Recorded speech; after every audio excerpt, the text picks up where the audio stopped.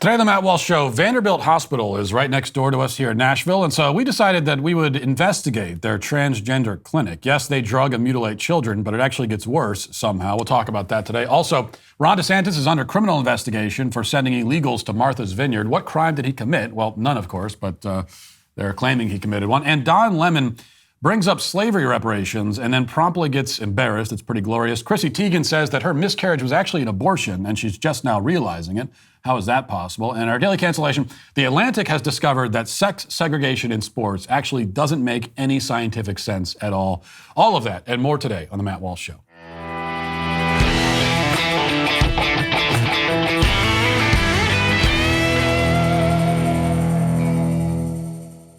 If you're in search of financial peace of mind, make sure you're not wasting money on high interest fees because they're only going to get worse as the Fed continues to raise rates. It's important that you act now. You can get a great deal in as little as 10 days by calling American Financing. Get a free mortgage review from a salary-based consultant. No pressure, no obligation, no upfront or hidden fees. Just have a simple conversation around custom loans that can fit your budget better. From better rates to shorter terms, even debt consolidation options. You could save up to $1,000 a month with American Financing. And, you know, we're all looking for ways to save money now, and that's why you have to take advantage of any opportunity that comes up. And one way you can do that is through American Financing. But if you want to get a hold of them, here's the number you have to call, 866-569-4711. That's 866-569-4711. Don't waste any more time. Call them now at 866-569-4711 or visit AmericanFinancing.net, NMLS 182334, NMLS ConsumerAccess.org. So we've spent plenty of time in recent weeks discussing the horrific, unethical, dangerous, and barbaric practices of many hospitals and children's hospitals around the country, all being performed under the guise of gender affirmation. Now, the media has frantically insisted that we have to stop scrutinizing the medical establishment in this way. Even if hospitals are sterilizing and butchering children, the media says we must not offer any critique, because if we do, we're guilty of incitement and even terrorism. So we have to remain silent, they tell us. But I've never personally been very good at following orders, especially when those orders are delivered by the soulless goblins in the national media. I'm much more inclined to do exactly the opposite of whatever they say. And in fact, all this talk about the Frankenstein butchery happening at our nation's hospitals has made us wonder about the hospital closest to us here in Nashville. Vanderbilt University Medical Center is the full name, Vanderbilt. We'll just call it for short. Over the past several days, we have investigated the matter, and now I want to show you what we found. And let's begin at the beginning as we tell this story. So in 2018, Vanderbilt opened its Transgender Health Center. There was an article published in the Tennessean at the time that announced the new clinic, quoting its medical director, Dr. Shane Taylor, who said that the goal was to, quote, meet our patients where they are in their journey and help them with the resources they need. But then in a lecture during Vanderbilt's LGBTQ Health Grand Rounds lecture series, which live streamed to Facebook but was viewed by almost nobody at the time, Dr. Taylor was a bit more detailed in explaining the hospital's actual motivations for expanding into quote-unquote transgender care. In fact, she said that she personally helped to convince the institution to make the move, based in part because she claims it's the right thing to do, but also in large part because gender affirmation surgeries are, quote, big money makers. She boasted that a phalloplasty, which is the construction of an artificial penis, which is made using flesh cut from other parts of the body, she said that those could be worth $100,000 when you factor in all of the follow-ups that are necessary. Listen. Starting in January 1st of 2017, according to the Affordable Care Act, insurance carriers are mandated to cover medical expenses for trans folks. Some of our VUMC financial folks in October of 2016, starting a couple of years ago, put down some costs of how much money we think each patient would bring in. And this is only including top surgery. This isn't including any bottom surgery. And it's a lot of money. These surgeries make a lot of money. So female to male chest reconstruction can bring in $40,000. A patient just on routine hormone treatment, who I'm only seeing a few times a year, can bring in several $1,000s because that requires a lot of visits and labs. It actually makes money for the hospital. Now, these I got from the internet, but It's from the Philadelphia Center for Transgender Surgery, which does a lot of surgery for patients. And I just wanted to give you an idea of how much these bottom surgeries are making. And I think this has to be an underestimate. This is for a vaginoplasty. They're quoting roughly around $20,000 for a vaginoplasty, but that doesn't include your hospital stay. That doesn't include your post-op visits. That doesn't include your anesthesia, your OR. So I would think that this has to be a gross underestimate. I think that's just like the surgeon's piece of it, which anybody who's ever been in the hospital knows that that's like 10% of it. And then the female to male bottom surgeries, these are huge money makers. Again, I think this has to be an underestimate that they're quoting around $20,000 for a phalloplasty. There's been different things that I've read that said it could be up to $100,000.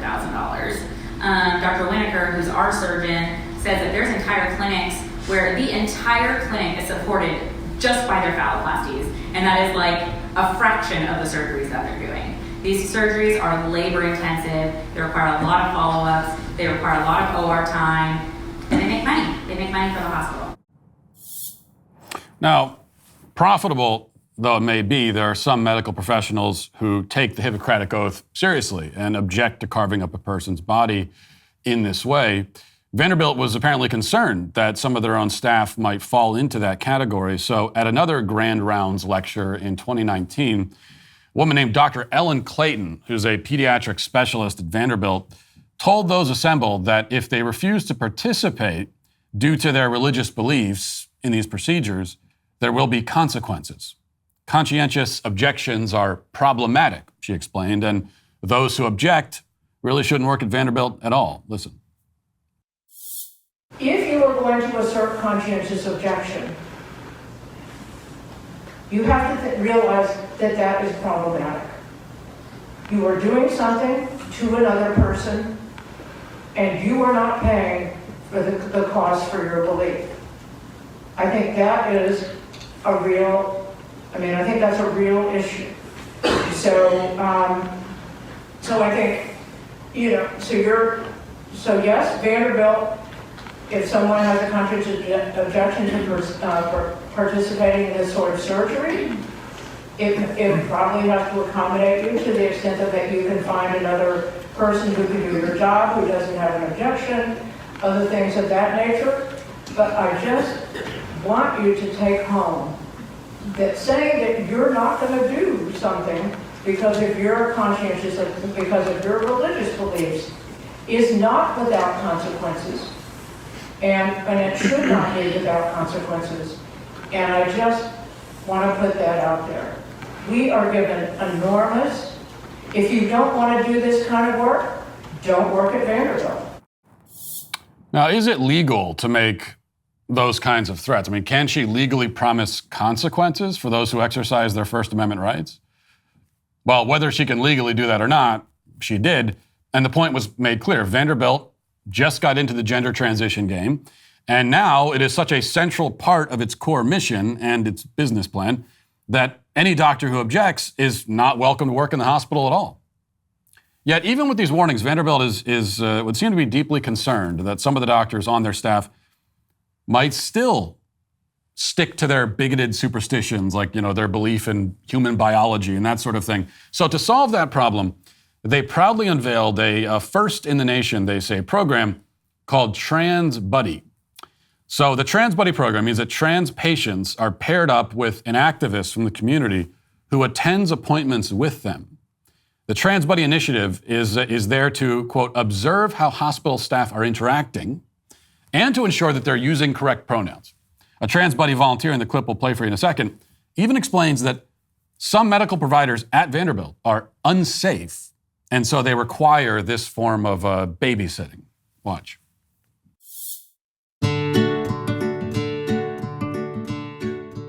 My name is Sean Riley, and I am the program coordinator for Trans Buddy at the Program for LGBTQ Health at Vanderbilt University. Trans Buddy provides trained peer advocates for transgender patients who are coming for doctor's appointments or other healthcare-related services. Whether you're looking for something that's related to medical transition, such as hormone therapy, or something completely unrelated, like breaking an arm or going to an ENT, we are here to help support any transgender patients that come through our doors. The Transbuddy program was organically created through the efforts of transgender people and continues to consistently be led by trans people in Middle Tennessee. The Transbuddy program is a one-of-a-kind in the nation, and institutions are looking to Vanderbilt to replicate and expand programs like ours. We're not seeking to find solutions often for people's problems. We're just seeking to be there and to accompany and to be a friendly face, and to be a non-medical face in a place where everybody coming in the room is going to be a healthcare provider and may be unsafe. Sometimes I'm there to be always observing kind of how hospital staff are interacting with individuals, and again, using correct pronouns or treating the individual with respect. So this is less a buddy program than a big brother program, though of course they would never use such a gendered term. And we did check and confirm that Vanderbilt makes their Orwellian trans buddies available to patients of any age, including minors. In fact, a trans buddy may help shepherd a child through many types of services, all provided by the hospital's pediatric gender clinic. Vanderbilt administers chemical castration drugs, aka puberty blockers, and irreversible hormone therapy to minors. Though sometime in the last month or two, interestingly enough, they removed language from their website explicitly advertising this practice. We had to look it up on the archived version of the website. We found it there, but not the current version. Yet they may have forgotten to delete a video from Vanderbilt Psychiatry's YouTube channel back in 2020, which admits explicitly that they will give and have given irreversible hormone drugs to children as young as 13. Listen. We can provide gender-affirming hormones on an individual who is on a pubertal blocker, depending on whatever kind of blocker they've chosen or we have discussed with them, or they can present to us at a later stage of puberty, and then we provide the gender-affirming hormones.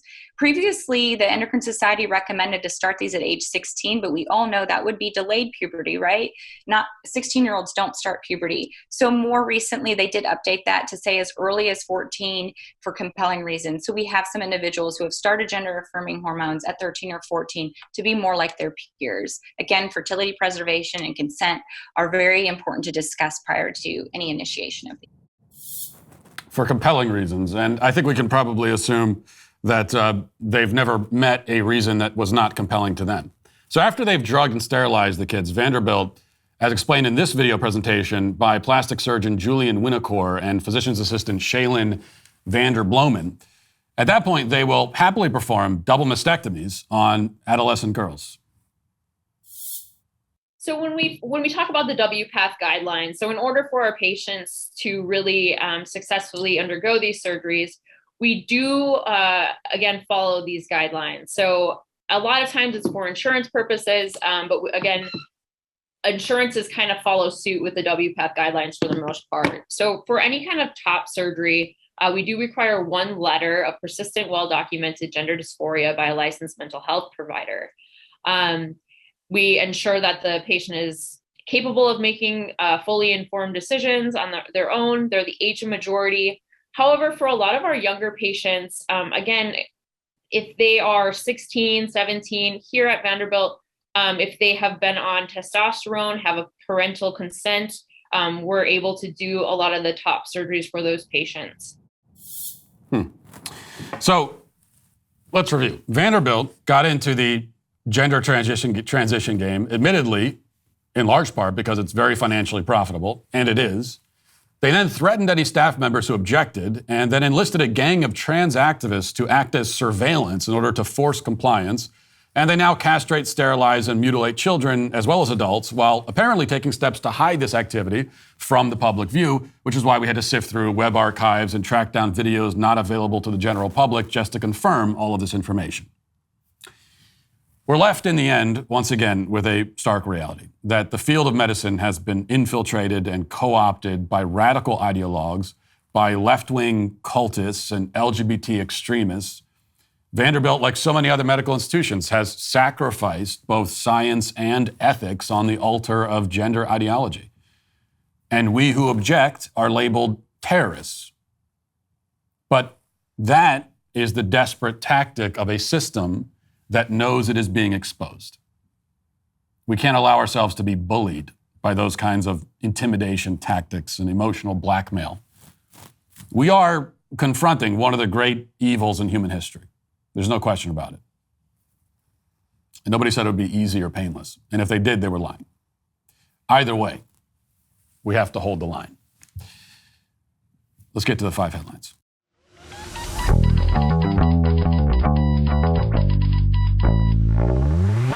Using the internet without ExpressVPN, well, it's like leaving your keys in the car while you run into the market for a snack. Most of the time, you're probably fine. No one's going to try to steal your car.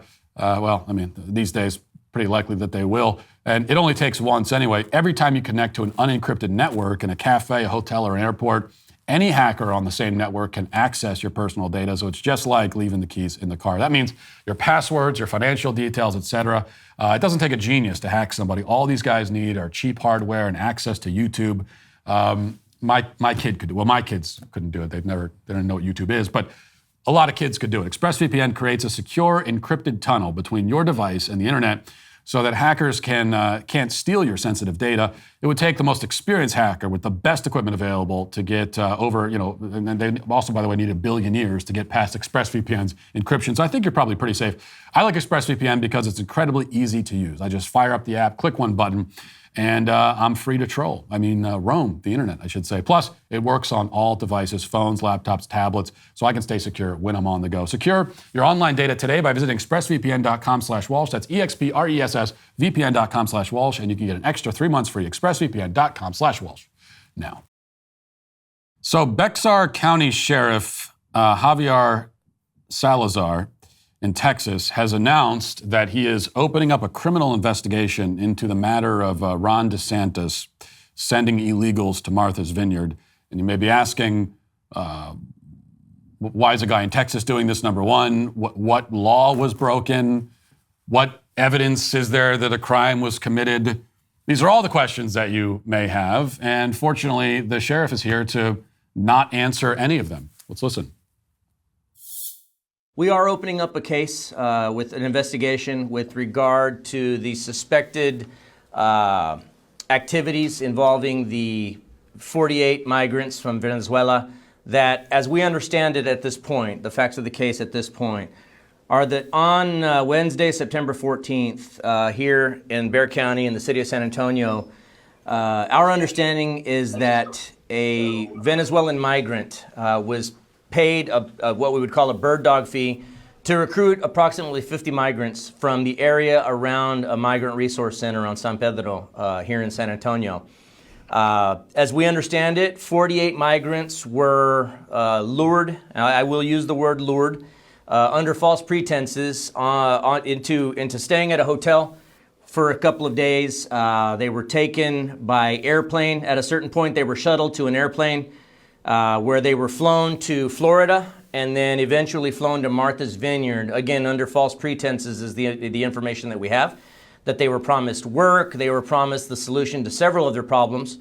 They were taken to Martha's Vineyard from what we can gather for little more than a photo op, video op, and then they were unceremoniously stranded in Martha's Vineyard.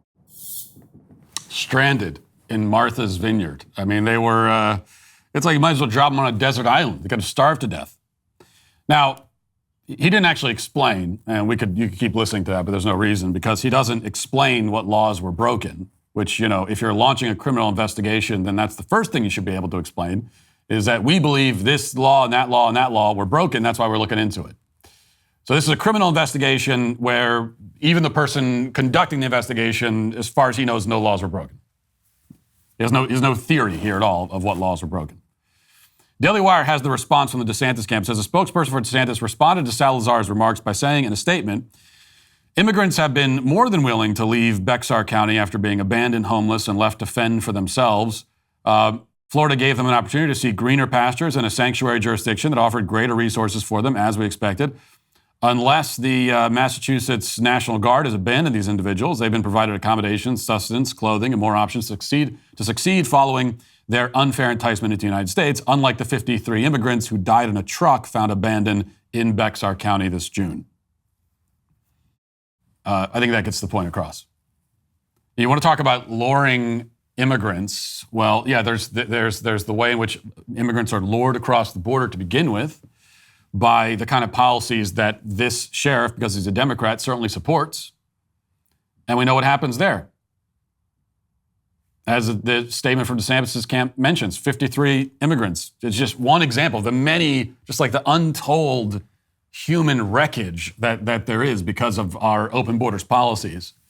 Wreckage on that side of the border and this, which has affected both illegal immigrants and citizens of this country. And that's all because they're lured across the border to begin with. The promises that DeSantis made them it wasn't really DeSantis making those promises. It's Martha's Vineyard made the promises. When you declare yourself to be a sanctuary, you're promising to take care of immigrants. And so DeSantis said, well, they said they'd take care of you. So we're bringing you to a very wealthy and very nice, beautiful place where they said they would take care of you. All of that is totally accurate. So what's really happening here? Well, it's simple, obviously. DeSantis had a political victory with this move, and the Democrats know it. So they're seeking the only remedy they ever seek anymore, which is criminal prosecution. That's their retaliation. That's the advantage when you own the system, is that when you get beat, you can always just try to throw somebody in jail for it. What crime did he commit? Well, the actual crime he committed is he embarrassed Democrats. And worse than that, he embarrassed Democrats who live in Martha's Vineyard. And those are the ones you're not supposed to embarrass. So that's the crime. Speaking of people getting embarrassed, this is a great moment on Don Lemon's show, as it's his unfortunately doomed show, as it staggers towards the end of its run. A great moment, not for Don Lemon himself, but for anyone who happens to watch the clip. I think it's great. So just watch this. Well, this is coming when, there's all of this wealth, and you hear about it, comes as England is facing rising costs of living, a living crisis, austerity budget cuts, and so on. And then you have those who are asking for reparations for colonialism, and they're wondering, $100 billion, $24 billion here and there, $500 million there. Some people want to be paid back, and members of the public are wondering, why are we suffering when you have all of this vast wealth? Those are legitimate concerns. Well, I think you're right about reparations in terms of if people want it, though, what they need to do is you always need to go back to the beginning of a supply chain. Where was the beginning of the supply chain? That was in Africa. And across the entire world, when the slavery was taking place, which was the first nation in the world that abolished slavery? The first nation in the world to abolish it. It was started by William Wilberforce, was the British. In Great Britain, they abolished slavery. 2,000 naval men died on the high seas trying to stop slavery. Why? Because the African kings were rounding up their own people. They had them on cages waiting in the beaches. No one was running into Africa to get them. And I think you're totally right. If reparations need to be paid, we need to go right back to the beginning of that supply chain and say who was rounding up their own people and having them handcuffed in cages. Absolutely. That's where they should start. And maybe, I don't know, the descendants of those families where they died in the high seas trying to stop the slavery, that those families should receive something too, I think, at the same time.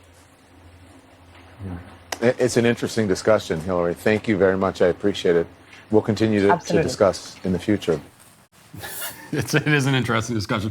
He was so out of his league. And he knew. You could see it on his face. You have to actually see the clip. Just you can see him. He's subtle, but you could tell he's internally panicking because he's thinking, like, this is not the response I was expecting at all. I don't even know what she's talking about. This is someone who actually knows something about history. I'm screwed. And so he bails out of there as fast as he can.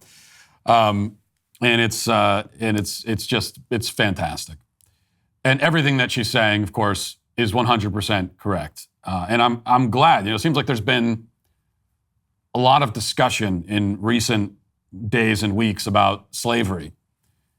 And which maybe doesn't seem different from any other time because we're constantly talking about it. But the difference now, over the last couple of weeks anyway, is that we're actually talking about the historical realities of slavery rather than the cartoonish sort of version that we get from people like Don Lemon, because usually, the media, they decide the terms for the discussion of slavery or any historical evil. They set the terms for it. And the terms are always, we're only going to talk about this evil in the context of, when white Americans and Europeans were perpetrating it. That's all we're worried about.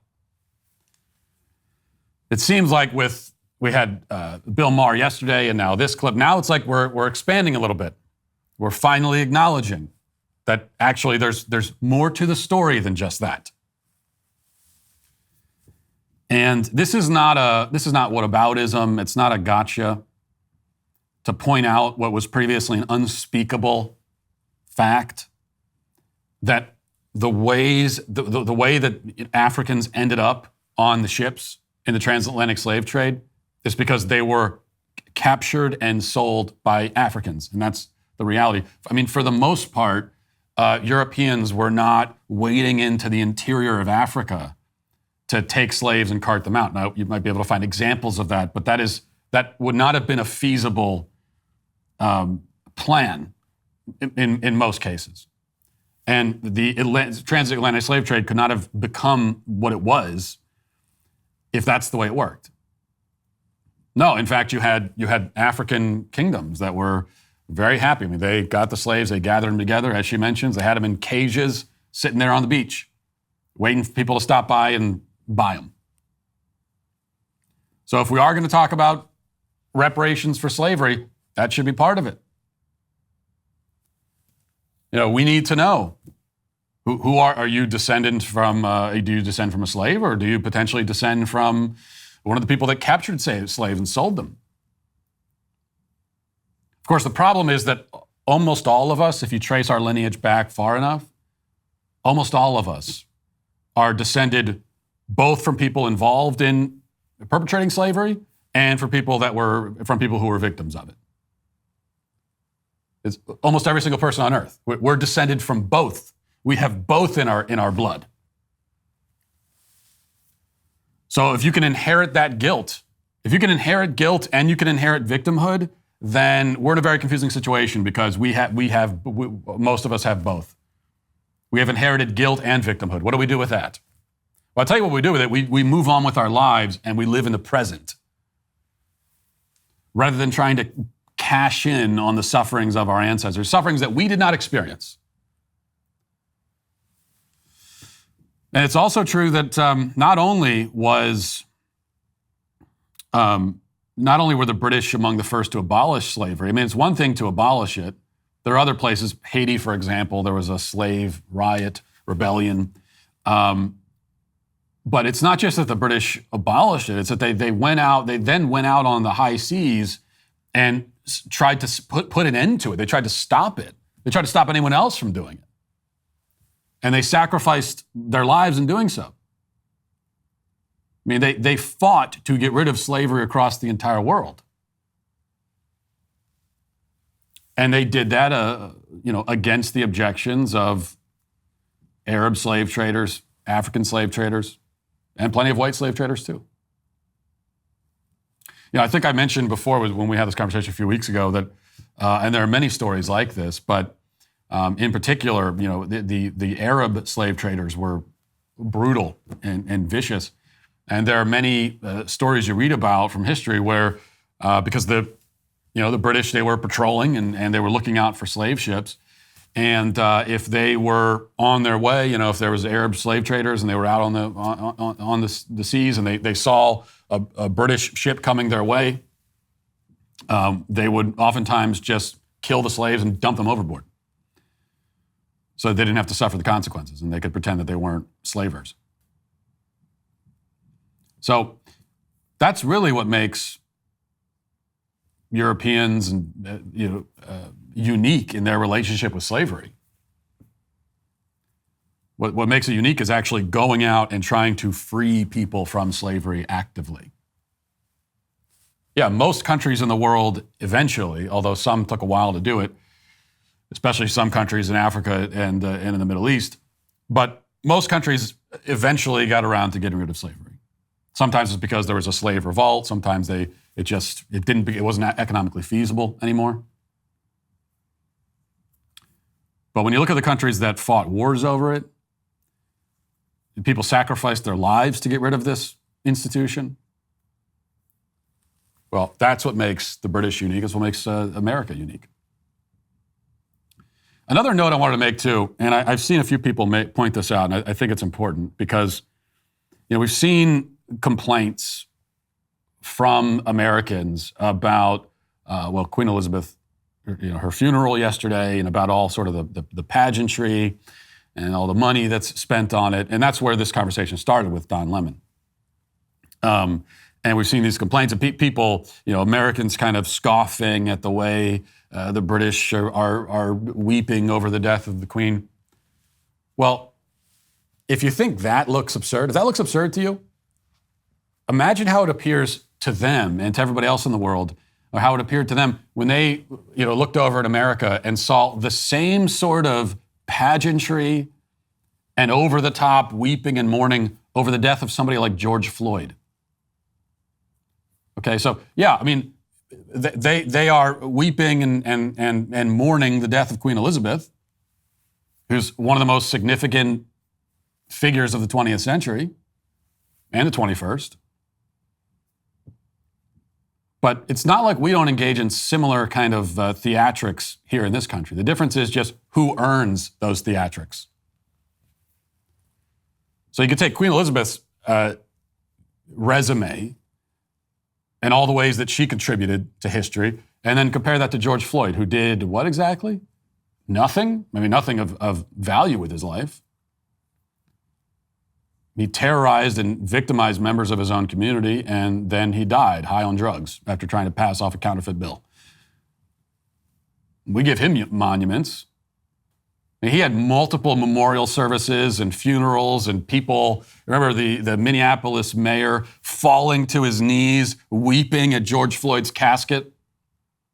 So if it seems silly to you when you see people doing that for Queen Elizabeth and you say, well, they didn't even know her, what are they crying about? What about hundreds, thousands of people showed up to George Floyd's memorial in tears?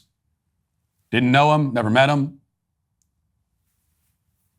And if they ever did meet him, they probably would not have liked him because he was a scumbag criminal. So just kind of putting things in perspective there, I think. We played some clips yesterday from that 60 Minutes interview with President Biden, but we somehow missed this one. I don't know, this is the best one, and I don't know how we missed it. But he was asked about his mental acuity. Does he have what he needs mentally? Does he have the mental tools to continue to be president, to run for re-election? And here's his answer. I think this is an answer. You are the oldest president ever. Pretty good shape, huh? Which leads to my next question. You are more aware of this than anyone. Some people ask whether you are fit for the job. And when you hear that, I wonder what you think. Watch me. I mean, honest to God, that's all I think. Watch me. If you think I don't have the energy level or the mental acuity, then that's one thing. It's another thing of just watch and keep my schedule, do what I'm doing. I think that, I don't, when I sit down with our NATO allies and keep them together, I don't have them saying, wait a minute, how old are you? What did they say? It's a matter of, that old expression, the proof of the pudding's in the eating. I respect the fact that people would say, you're old. But I think it relates to how much energy you have and whether or not the job you're doing is one consistent with what any person of any age would be able to do. How would you say your mental focus is? Oh, it's focused. I have trouble even saying to myself my own head the number of years. I no more think of myself as being as old as I am than fly. It's just not, I haven't observed anything in terms of, there's not things I don't do now that I did before, whether it's physical or mental or anything else. He reminds me of like a drunk guy at a sobriety checkpoint trying to convince the cop he's sober. And the more he talks, it's like, dude, you should have just quit. Short and sweet when you're in that position. Short and sweet. Give short answers. The more you talk, the worse it gets. You got Biden like, mental acuity? Come on, no one has more acuteness. No one is, I'm the most mental man. Come on. So that should make you feel good about the state of, the country's in good hands, as we see once again. The Daily Wire has this report. Sports Illustrated swimsuit model Chrissy Teigen responded to the backlash against her as she dared critics to do your worst after she recently announced that her miscarriage was actually an abortion. The 36-year-old hit back at negative comments that started flooding the official Instagram account of Glamour, a magazine that published Teigen's comments about the death of her 20-week-old unborn child named Jack. Teigen took a screenshot of many of the responses, with some calling her a drama queen and a liar, and others accusing her of trying to stay relevant. She then tweeted the message that read, I knew this would happen, and honestly, I've already seen you do your worst, so if this makes you feel better, great. It doesn't make me feel worse, though. The backlash comes following Teigen's comments at the Proper Daily's A Day of Unreasonable Conversation Summit, where she labeled her miscarriage in 2020 an abortion. Teigen shared, quote, 2 years ago when I was pregnant with Jack, John, and my third child, I had to make a lot of difficult and heartbreaking decisions. When I was pregnant with Jack, John, and my third child. She's pregnant with, I don't understand that. It became very clear around halfway through that he would not survive and that I wouldn't either without any medical intervention. Let's just call it what it was. It was an abortion to save my life for a baby that has absolutely no chance. And to be honest, I never ever put that together until actually a few months ago. I told the world we had a miscarriage. The world agreed we had a miscarriage. All the headlines said it was a miscarriage. And I became really frustrated that I didn't in the first place say it was what it was. And I felt silly that it had taken me over a year to actually understand that we had an abortion. So this is a bizarre story in many ways. And let me just say to begin with that, you get this from celebrities all the time, especially from Chrissy Teigen. She kind of specializes in this, where they'll announce something personal about their lives that nobody asked them to announce. They didn't have to say it, but they tell the world, and then people have opinions about it, and they get offended and they play the victim. The thing is, once you have presented something to the world, information you didn't have to present, once you've done that, then people are going to have opinions, because people have opinions about everything. Any piece of information someone comes across, they have a perspective that they bring to it, and they're going to have their own perspective. And so if you don't want anyone's perspective on a personal detail about your life, don't tell anybody. And that's even more the case when you're using something from your life and you're injecting it into a contentious subject like abortion. So you are drawing this connection, you're bringing this up to the public, and then you play the victim and also the hero. Do your worst. Everyone making it's like, what did you think was going to happen? Well, you knew that was going to happen, and it doesn't make any sense. Now, I don't know exactly what happened with this pregnancy and how it ended. I don't know. I wasn't there. What I do know, though, is, as she admits, as she acknowledges, she announced that it was a miscarriage, and she even, if I remember correctly, there were pictures that she took of her cradling her child, who was deceased, in her arms. And she posted the pictures and said, we had a miscarriage. It's a terrible thing. And it is a terrible thing. We've been through this in my family, and it's awful. So that's what we know. And now she says, well, I didn't realize at the time that it was an abortion. Well, what? How could you not realize something was an abortion if that's what it was? Because, well, an abortion is the intentional direct destruction of the child. It's like you go in and kill the child. That's what an abortion is. And also, I've never heard of an abortion. I mean, now we get very grim and dark when thinking about this, but have you ever heard of an abortion where they kill the child and then give the child's dead body to you to take pictures with? That doesn't happen in an abortion clinic.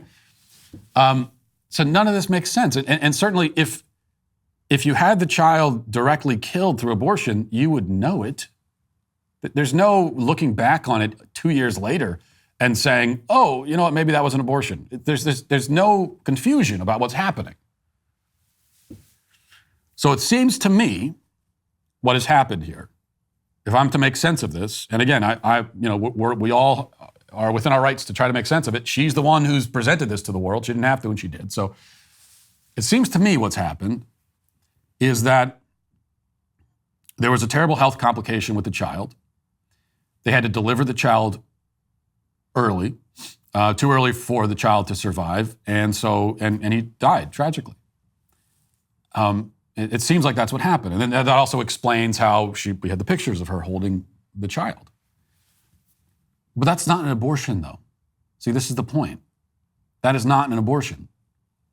I mean, there are times, and we've always acknowledged this, there are times when there could be a medical crisis in the middle of a pregnancy, something that affects the child or the mother, and it becomes clear that the pregnancy cannot continue. The pregnancy has to be ended in order to preserve the life of the mother. That can certainly happen. It's not common, it's rare, but it does happen.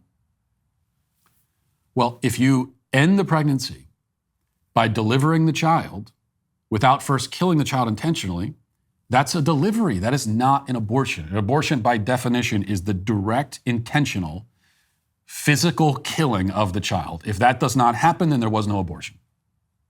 And if you have to deliver a child early to preserve the life of the mother, knowing almost certainly that the child will not be able to survive being delivered that early, that's still not an abortion. That's the principle of double effect. That is, you're taking an action, you're delivering the child, not intending at all to kill the child, but yet that ends up being a result of that action. But that's not your intention. It's not why you're doing it. You're doing it for a good reason, to preserve the mother's life. So it's an act of preservation. It's not murder. So that is what would make sense of this to me. But then, so why are you coming back 2 years later and saying, you know what, I'm counting that as an abortion? It would really seem like you're using this terrible tragedy that happened to you and your child to make a political point. All right, before we get to the comment section, here's a clip I want to show for you. This is from Amazon's Lord of the Rings show that has it's kind of gone viral, and some people are talking about it. I still haven't seen the show, and I don't plan on it because I do judge it and dismiss it based entirely on this scene. I wasn't excited about watching it in the first place. I was kind of thinking about maybe I'll sit down and watch it. I saw this scene, and on this basis alone, I'm not watching the show. And I know that might seem, well, how can you judge a show based on one scene? I think actually you can. So let's just go through it. Let's watch this clip together. Go ahead and play it. All right, so you got 4 guards in suits of armor, and they take this girl out of the cell. I think, who is that? Galadriel or something? Is that her name? Step forward. And she's not looking happy. She's looking very intimidating. What's going to happen? They're surrounding her. What's going to happen now? Oh, she knows what she's going to do. And then she pushes the guy away. And she slaps the other guy. Now we cut away. What's happening? If you knew exactly where she was going. And now she's shoving all the guards into a jail cell. And she's very pleased with herself as she walks off. Girl power. That's girl power. Okay. So that's the scene. Now, let's go through this again. She comes out, surrounded by 4 guards, all bigger than her, fully armored. And they go to put handcuffs on her. She pushes one away, and then the camera cuts away, and next thing you know, she's pushing them all single file into a cell. A cell that, by the way, was just closed. So she had to open the cell. I don't know how the camera cut away for 5 seconds. I don't know how she did all this in 5 seconds, but somehow she was able to physically defeat 4 guys that were surrounding her in 5 seconds and shoved them all into a jail cell so she had to open the cell that was just closed. She had to go and open it. And then I guess with one hand she's opening a cell, and with another hand, she's shoving 4 guys into the cell. But how was that? Were they just waiting there? It was like, were they sitting around waiting? One attacks her. This is what you usually see. Now, this is a common thing in action films, I admit, but it's even more common if it's an action scene where it's the kick-ass, we're doing the kick-ass woman routine. What you'll find is that there's some chivalry on the part of the bad guys, because what they'll usually do is, even if there's 20 of them surrounding her, they'll only attack one at a time. And if they get hit once, they're out. So the one goon attacks, gets kicked once in the face, and he just lies down. He's not going to get up again. And then another guy goes, and another guy goes. Very polite. And in this case, you got to give some credit again to the bad guys that they were polite, not only in not attacking her all at once, but actually when she opened the cell door and said, "Get in a single file line," and they did, and she just coaxed them in, and they just walked into the cell. That's a wonderful scene. Yes, you don't need to tell me anything else about the show. And I know there are going to be people, how could you dismiss the show? It's one scene.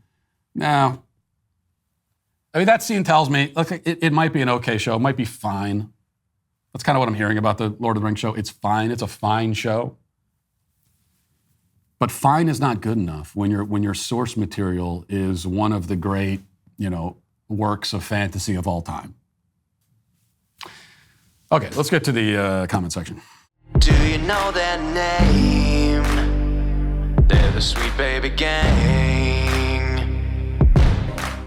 I love finding easy ways to support a healthy routine, which is why I'm so excited about Tart Cherry Gummies. From the makers of Superbeat Heart Chews, Tart Cherry Gummies are an easy way to reduce inflammation from exercise and support your metabolic health. These gummies are made with a clinically studied tart cherry extract that is up to 40 times more concentrated than many other tart cherry extracts. Just 2 tart cherry gummies are the antioxidant equivalent of 16 ounces of tart cherry juice, or 100 cherries, formulated by a team of scientists led by a Nobel Prize-winning doctor. Tart cherry has been clinically studied to support metabolic health. I had tart cherry gummies for the first time the other day after finishing up a workout, and I could really feel the difference. I could tell you that. Tart cherry gummies come with a 100% satisfaction guarantee. Try them risk-free for 90 days and see how you feel. If you don't love them, send them back. No questions asked, but I think you will love them. I know I did. Right now, you can get up to 35% off Tart Cherry Gummies plus free shipping at mytartcherry.com/Walsh. That's mytartcherry.com/Walsh. This is their best offer available anywhere. That's mytartcherry.com/Walsh for up to 35% off. mytartcherry.com/Walsh. These statements and products have not been evaluated by the Food and Drug Administration. These products are not intended to diagnose, treat, cure, or prevent any disease or condition. JS says, not only is this teacher aroused by the thought of himself as a woman, he's also aroused by the idea of dragging these kids into his sex fantasy like a flasher would be. This is creepy. Yeah, you're right, and that's also an important point with this teacher in Canada yesterday with the big, giant fake breasts that he was wearing to school. It's a fetish, as we talked about. This is not dysphoria, okay? This is not like he sees himself as a woman with breasts the size of watermelons. No, this is a fantasy. He likes to see himself that way. But apparently, for him, part of the fantasy is not only dressing this way, but dressing this way in front of kids. And the other point, I don't know if anyone makes this in the comment section we read here, but it's also relevant to point out this is a shop teacher. And I can remember shop class when I was a kid, and there are all kinds of safety regulations. Like one of them is don't wear really loose-fitting clothing, that sort of thing. So there is no way that these enormous hot air balloon size fake breasts are up to code for the safety codes in shop class. So putting everything else aside, how is that allowed on the grounds of safety to wear those things in shop class? There's even a video, I think we played the video yesterday. He's showing the kids how to use he's using a circular saw with these enormous fake prosthetic breasts on. Mac Brown says, not going to lie, every single one of my friends back in high school would have been crying, trying to contain their laughter during every single class, even the ones that ended up being extremely left-wing. There were just certain things we all agreed were hilarious back in the distant days of the early 2000s, and beach ball-sized fake breasts were definitely one of them. Pretty sure we would have all been tarred, feathered, and crucified under today's standards.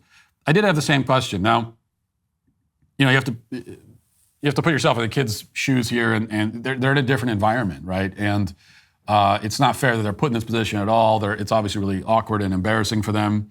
But they're also in an environment where they've been told that if they laugh about it, then that's a hate crime. And they could get expelled from school probably to deny someone's lived experience and their gender identity. So that's the world that they're in.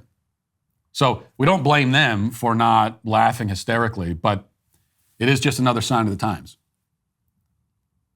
Yeah, I could only imagine when I was in high school, same time period, early 2000s, a male teacher walks in one of those, we would not be, it would be, in some ways, it would be the greatest thing that ever happened because we would not stop laughing about it.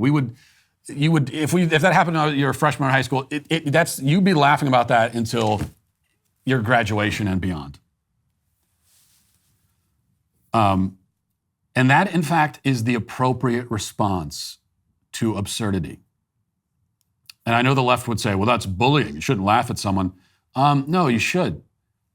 When someone is being absurd like that, and it's a lot of other things besides absurd, it's perverse and abusive and everything else, but it's also absurd. And the appropriate response to absurdity is to laugh at it. We should actually teach our kids to laugh at it. You should teach your kid. If I had a kid in class, if I had a kid in school, teacher comes in like that, first, I would be proud of my child for laughing. If they pointed and laughed and said, that's the dumbest thing I've ever seen, I would be proud of them. I'd take them out for ice cream afterwards and say, yes, that's exactly the way to respond. And the next time you see someone dressed like that, do it exactly the same thing again. That is the correct response. Correct. But the next thing I'd be doing as the parent is I'd be marching down to the school and saying, get that pervert out of the classroom. Okay, no, you are not going to have a teacher acting out their sex fetish in front of my child. That's not going to happen. So that's the other question I have. Where are the parents here? And maybe they showed up. We don't really know. But it is Canada, so I have my doubts. I mean, every parent in that school should be showing up at the school and saying, fire that person. Don't let them anywhere near my kid again.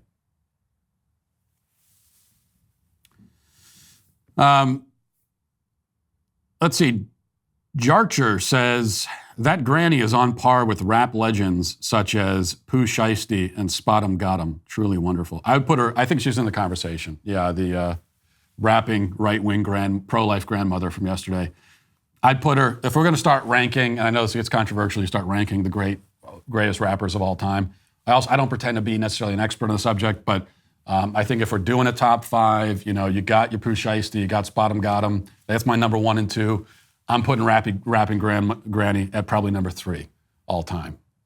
Tekashi 6ix9ine, he's number 4. And those are all the rappers I can name.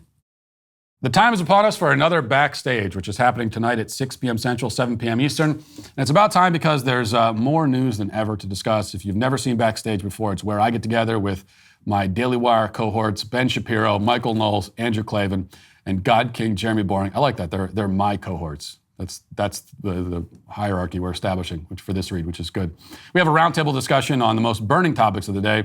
Jokes will be cracked, cigars will be smoked, libations will be imbibed, plus we'll be reuniting with our good friend Candace Owens, who's back with exciting news and ready to tick off leftists more than ever. You definitely don't want to miss this one. So tune in to join us for Backstage tonight at 6 p.m. Central, 7 p.m. Eastern at dailywireplus.com. Now let's get to our daily cancellation.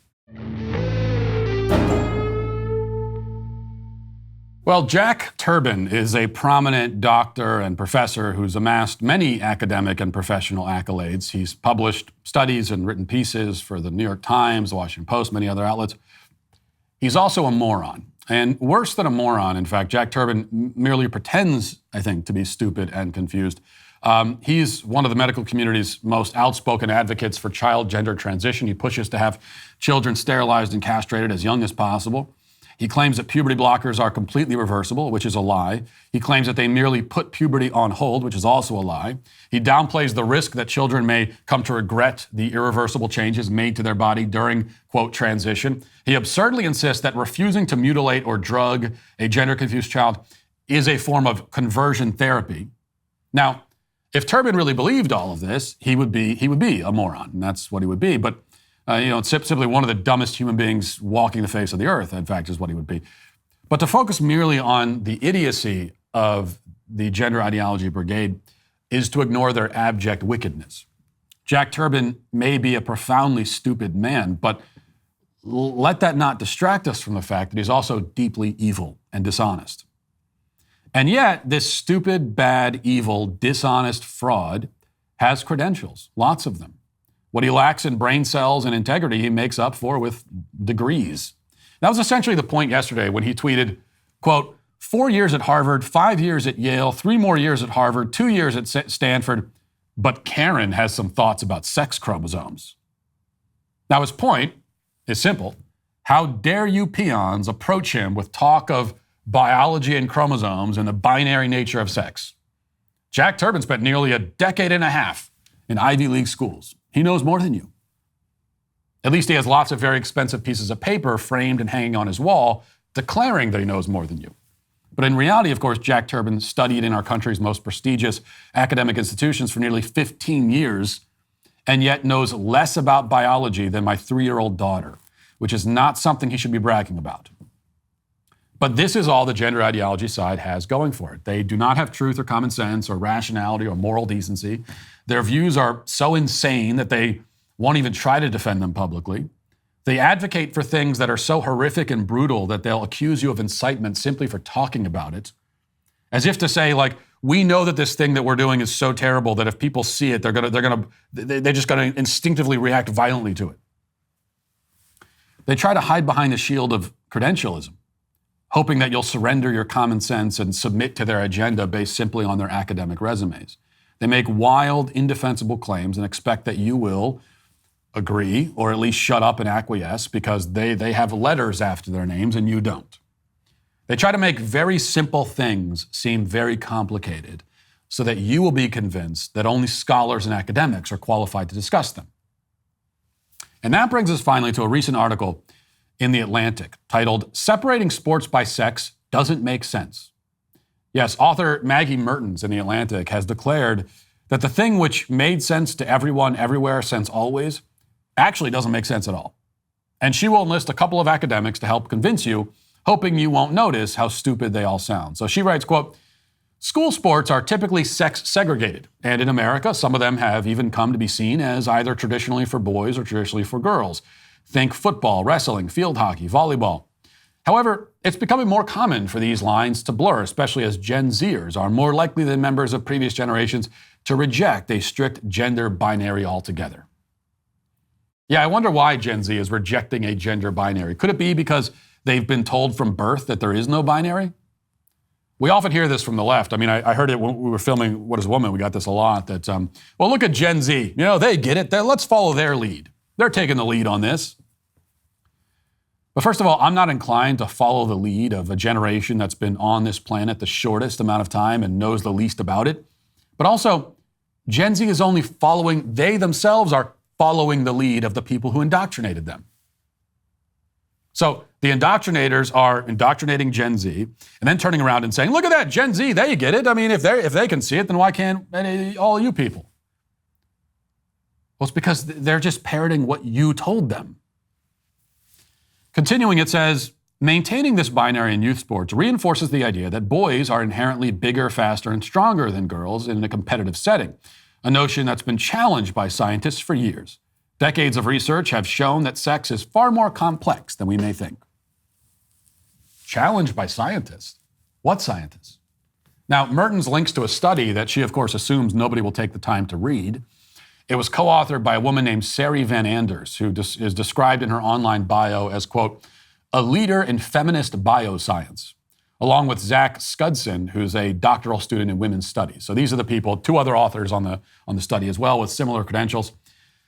But the study itself says nothing, proves nothing, and simply talks in circles, often contradicting itself.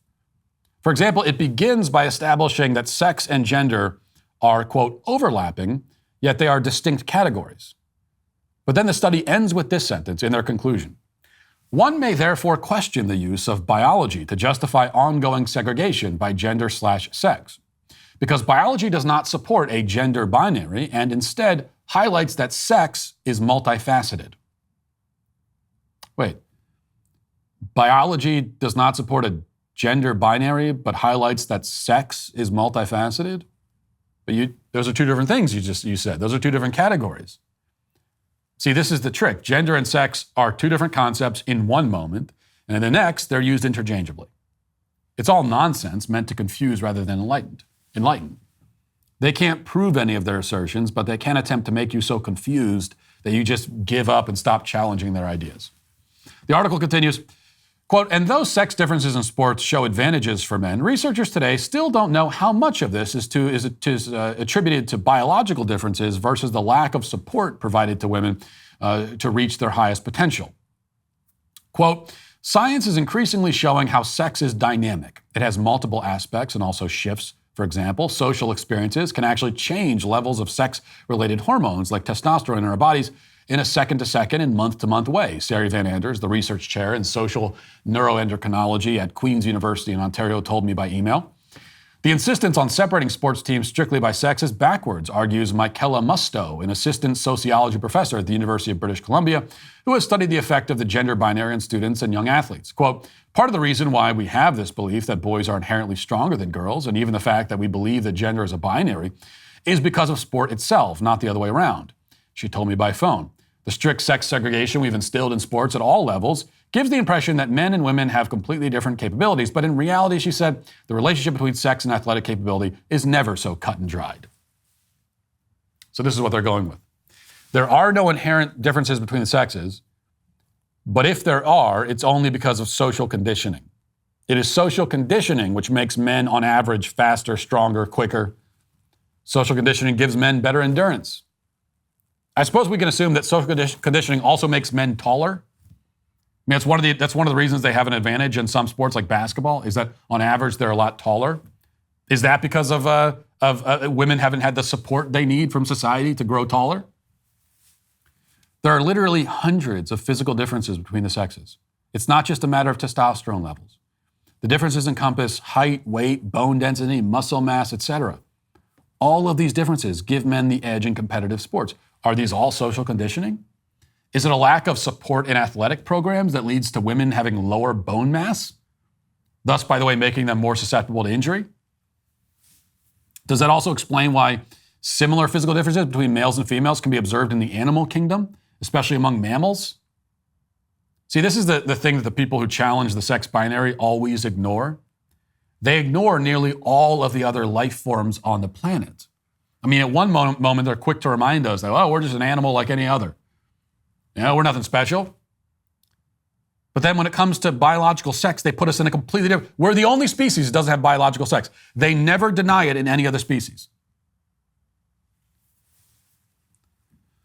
And all of these facts, which they ignore, help to explain why a group of talented middle school boys could dominate a WNBA team. Why the fastest woman at the Olympics has never been faster than the fastest man at the Olympics in any race or event ever in history. Why men dominate women athletically in nearly every measurable category, in nearly every sport, and always have since time immemorial. Why, in fact, every human society since the dawn of man has organized themselves around a recognition of the difference between the sexes and has tasked men with taking on the more physically challenging and dangerous roles. Now, it's not that men are conditioned that way. It's that they are this way. They are bigger and stronger, and societies have recognized that and utilized those characteristics in a way that makes sense, which is why you go all the way back to primitive times. And what you're going to find is that in most cases, the men are going out hunting and the women are at home taking care of the home. You aren't going to find cases where it's flipped around and the men are the homemakers and the women are the ones who go out hunting. That wouldn't make any sense because every society has noticed, well, these are the bigger, stronger people with more endurance, and so obviously they should be doing that. We're the only ones who've been confused about the subject. Only we're not really confused. The truth is still plain as day. It's just that the difference is that now we have a whole army of highly educated quacks and frauds trying to make us confused. And that is why they, and especially whatever her name is, I forget her name now, at the Atlantic, are today canceled. And that will do it for this portion of the show as we move over to the members block. Hope to see you there. If not, talk to you tomorrow. Godspeed.